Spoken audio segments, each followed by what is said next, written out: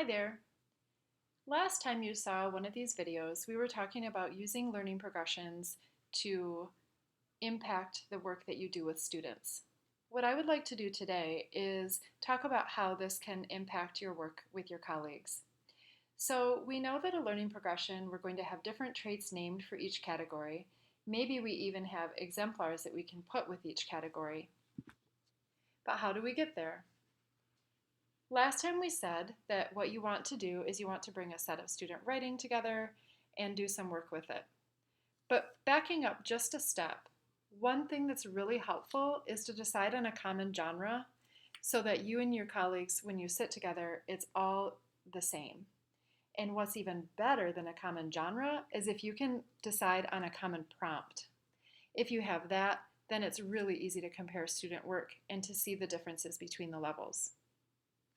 After you have that, execute your teaching plan in your agreed upon time frame, and then proceed as we had discussed before.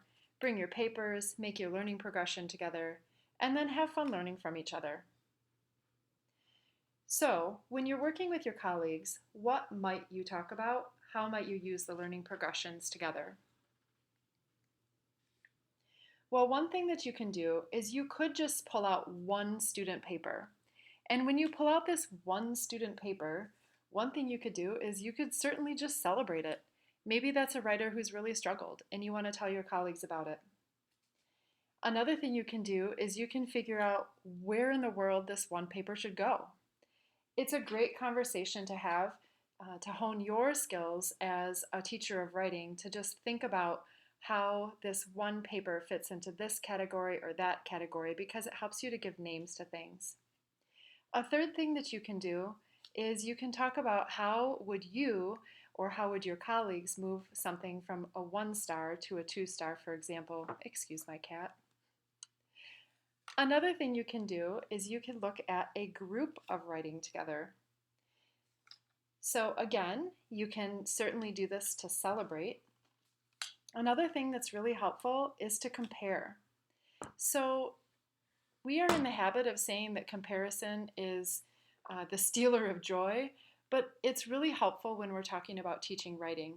If my students struggled with something, but my colleagues' students got it, I can go to them and they can help me. And so that's one of the best things that I love learning progressions for, is because it helps me to really isolate what it is that my students need, and then I have the resources right at hand by talking to my colleagues about how I can help my students better.